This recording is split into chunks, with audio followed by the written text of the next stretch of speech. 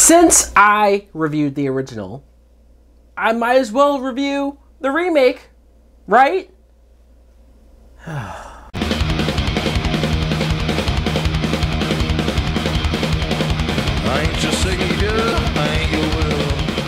Hello, what's up everybody?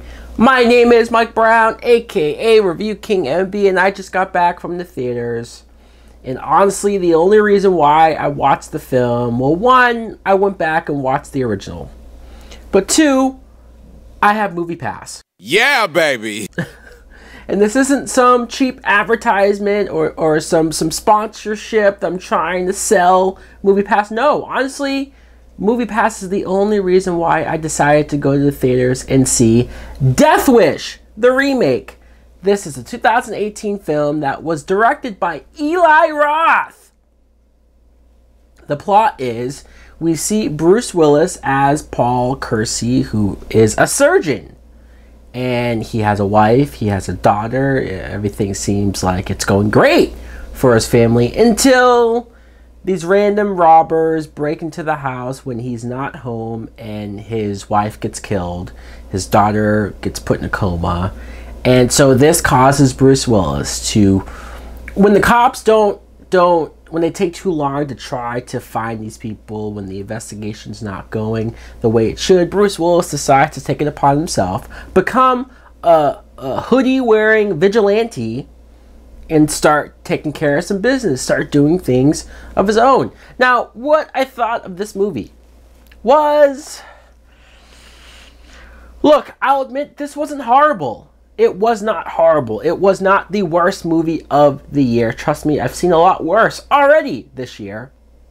But this movie just wasn't that great either. And there's so many reasons why I think this movie should have been better, could have been better, has every right to be better. First of all, you have Bruce Willis, who, sure, I know he's older now. I know people don't really think he should be doing action movies or being this kick-ass badass guy, but look, he was playing a guy, a normal everyday guy, not like the Charles Bronson character. Really, he's not an accountant this time, he's a surgeon, which I was wondering why the change, why did they have to do that? I don't buy Bruce Willis as a surgeon, especially when you see him in the doctor's uniform. It looks off. It looks like he's playing Halloween. But there was one scene where he's using his surgical skills to cut the right places of one of the guys he's interrogating. So I'm like, okay, that's cool. Acting-wise, I think Bruce Willis, we all know this. There's some movies where he's great, and then there's other movies where he's clearly phoning it in. He's sleepwalking. And I thought we were going to get a sleepwalking performance. Some scenes there was a sleepwalking Bruce Willis, the beginning especially, but he had a nice moment when he found out about his wife, played by Elizabeth Shue, where he finds out what happens to her. And there's other moments where he is being emotional.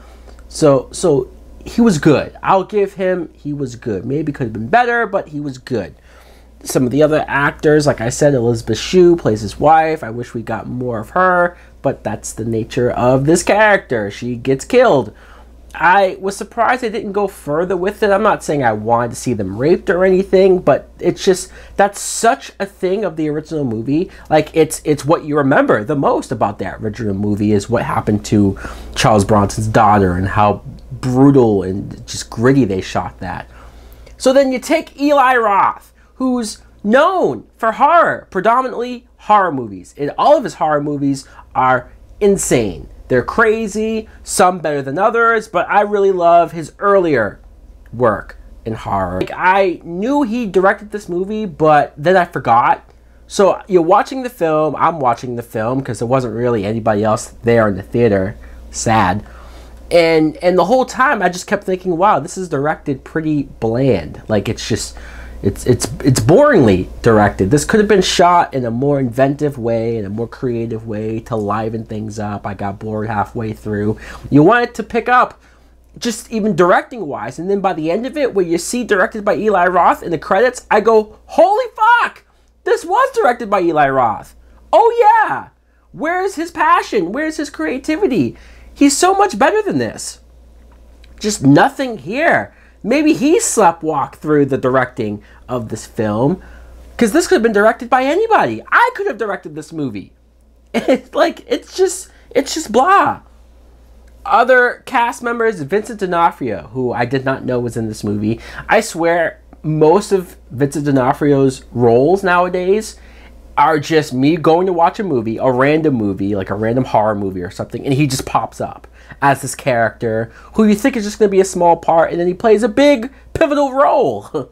So this movie, I didn't know what to expect from him. I thought he was really good, though. He plays Bruce Willis's brother. And Dean Norris plays the detective, similar to the detective from the first movie, but he has a partner this time around, and it's fine. It's fine. Look, there were some moments of Bruce Willis going around being a vigilante, wearing the hood and doing all this stuff, and sure, fine, that was decent to watch. It's literally the definition of a time waster.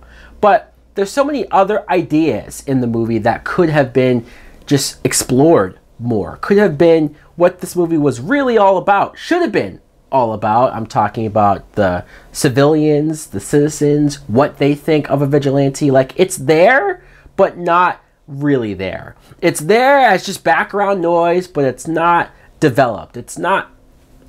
that's what this movie should have been about.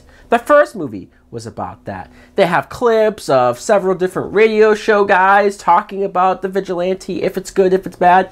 And every one of them goes, yeah, you know, call in to tell us your opinions. They never show anyone calling in to tell their opinions. Like, I want to know more about that. The gun laws. There's a moment where Bruce Willis goes to a gun store and he's looking around and the girl tells him, oh, which one do you want? He's like, well, this is going to take a long time, right? I'm going to have to fill out loads of paper. She's like, oh, no, you'll get the gun in like 2 days. And the gun test, safety test, is super easy. Nobody fails. And I'm sitting there like, this movie could have been about how it's too easy to get guns. Obviously, that's real life politics that we're talking about here. But it's just, it's there, it's in the background, and they don't do anything with it. It's sad, because this movie could have been so much more. It could have been a really smart movie that also had your action or your violence in it that some people are going to come in here for. Look, I'm not saying this movie's terrible. I'm not saying this is going to be on my worst of the year list, but this is just laziness. It's laziness at its best, especially coming from the people who were behind it. I expected so much more. It could have been so much more. I didn't even think it should have been better, but once I saw it, I'm like, this could have been better. I'm going to give this a Netflix and chill. Oh, yeah. And I'm being super generous. I'm being super generous because I'm this close to giving it a some old bullshit. Anyways, guys, let me know in the comments below, what do you think of Death Wish, whether it's their original or if you're one of the 2 people who saw the remake? What do you think of it? What do you think of Bruce Willis? What do you think of Eli Roth? If you care to talk about it, thanks for watching. Like, comment, subscribe. Later.